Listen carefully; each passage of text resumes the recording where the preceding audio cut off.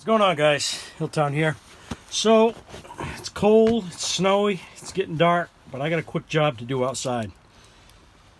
Probably 2 years ago, I took the spare tire out from underneath the truck here because I needed it.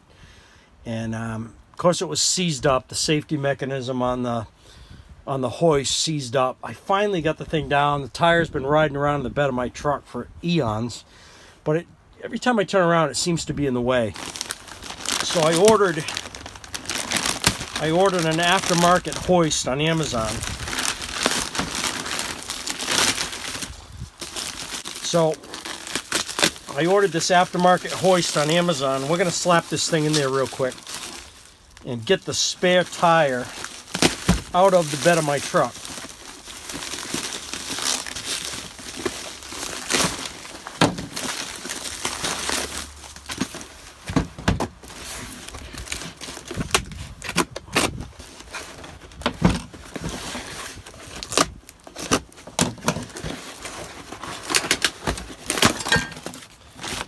And here it is. Here's the aftermarket. Now, I believe this original one only has one fastener on it. And of course, it's right behind this mechanism here. So I'm going to try to take this out first and then get at that fastener. All right, so it's now several days later. I got chased away by darkness and snowstorms and cold temperatures the other day. So now we're back out here. Anyway, in case you missed it, there's only one fastener on this thing, and it's right here. So these two hooks just hook on the frame, and it attaches with a 15mm bolt right here. The way I got this cranking mechanism off is I don't know if this is the right way or not, but it worked. I just peeled back on these two tabs here, took this collar off, and then this thing came out. I was just inspecting the two side by side. Cable diameter appears to be the same. The only thing I'm not seeing is the safety mechanism on this aftermarket one that this original one has. I'll take this apart in a second and I'll show you what I think the problem is with these and why they bind up. Okay, we got our 15mm bolt secured with blue thread locker. Now I'm just going to go ahead and put this tube back in place and slide that collar on.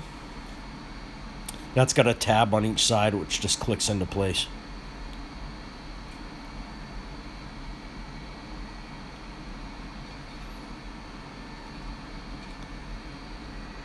Like so, we are good to go. I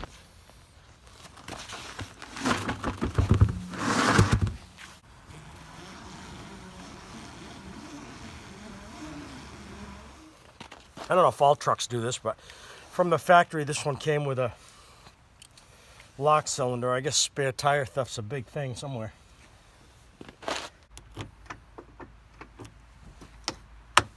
Beautiful.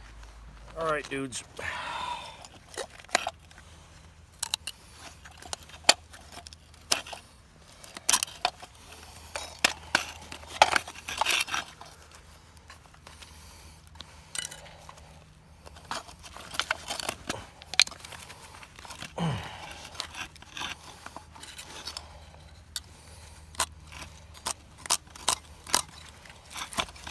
Come on, get off of there, you piece of crap. I'm not 100% positive, but I think these things, yeah, here it is, right here. You can get a good look at it here. I believe that's the safety mechanism here. See this? See this right here? I believe what happens is when you go to lower this thing, this tab, if I'm not mistaken, is supposed to depress or retract and allow you to lower the spare tire down. But as you can see on a rust belt truck like this, there's so much corrosion that doesn't work properly. And it's so bad that a lot of, I haven't looked at this truck, but I know a lot of these GM trucks, they'll actually have a compensating measure in the owner's manual to work around this, where they tell you to, I believe, crank the tire up all the way till it clicks in an effort to depress this and then try to lower it back down. That doesn't work. I've seen guys that actually put a jack and a block of wood under there, crank the tire up with the jack, try to get this button to depress and lower it down. It's a real faulty pile of garbage, actually. And Like I said earlier, when you need this tire, you need it, and it's not always an ideal circumstance. It's usually snowing, rainy, cold. It's never convenient, and you don't want to be wrestling with this thing. That's part of the reason why I took the tire out and threw it in the bed a couple years ago. But like I said, I got tired of tripping over it, so it's back under the truck now. So I want to thank you guys for watching. We will see you on the next video.